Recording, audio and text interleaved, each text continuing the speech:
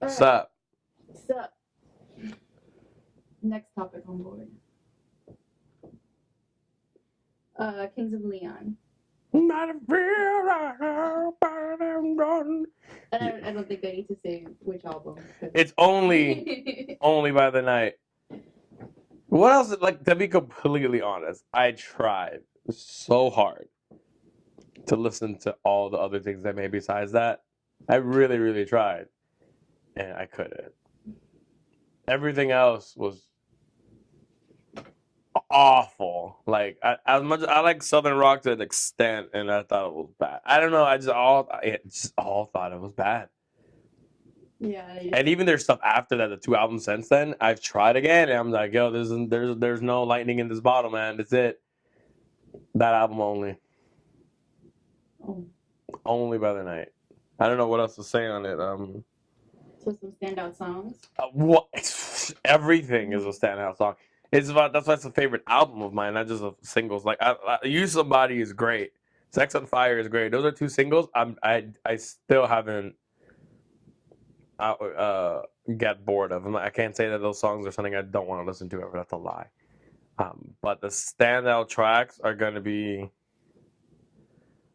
"Closer" is definitely a standout. Like, who the fuck? Somebody decided to make that track, and that person is awesome. Because to start off an album like that and not have their southern rock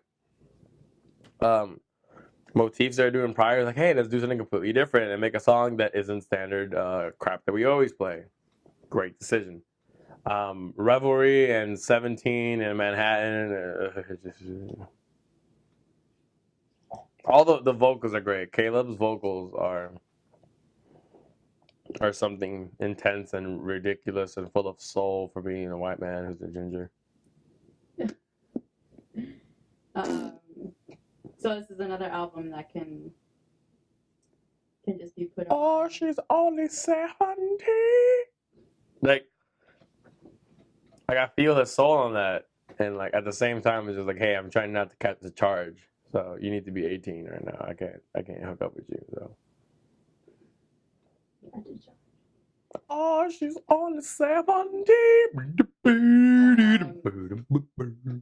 One song that I think stands out to me, and I think I like the story behind it. Don't know how you feel about it. It's called Desert. I knew you were gonna say that. I knew that. Do you remember the story of how that was made? He was super drunk or something. Yeah. He was just drunk. Decided to press record. Because it's not easy to press record. I'm pretty sure they were in a high dollar studio, and he was like, let's try this out since we have studio time to go. Yeah. But I appreciate that song and how it was created, or how allegedly it was created. But it's a great track. But when you have other songs there, it kind of eclipses it a little bit. A little bit. It's not one of my favorites, but that album is heard. For me, an album that I really, really love. I have to hear the beginning to the end. If I skip one track, it's okay. But if I'm skipping twice, I really don't. It's not a solid album. It's not for me. It's not a solid album if I'm skipping twice. If I'm skipping once, it's cool, and that's only based off my favorite album of all times rule that has like one dud track, and that's it. So I have to do that. If I can, if it's 12 songs and I don't like one, it's a good ratio. It's still like 90% of the album. You don't have to like the entire thing. But if you start liking less than 2 and 3 and you're like 70%, it's like maybe you don't like this shit. Or maybe those songs haven't grown on you yet. Yeah. And you don't appreciate them as of right now.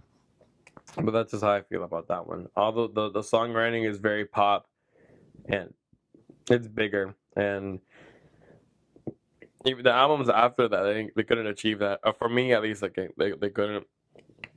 And I feel that like they knew they couldn't, so they're just like, screw it. That was a once in a lifetime. We can now play those songs forever, make money, and people want to see that, so they're fine.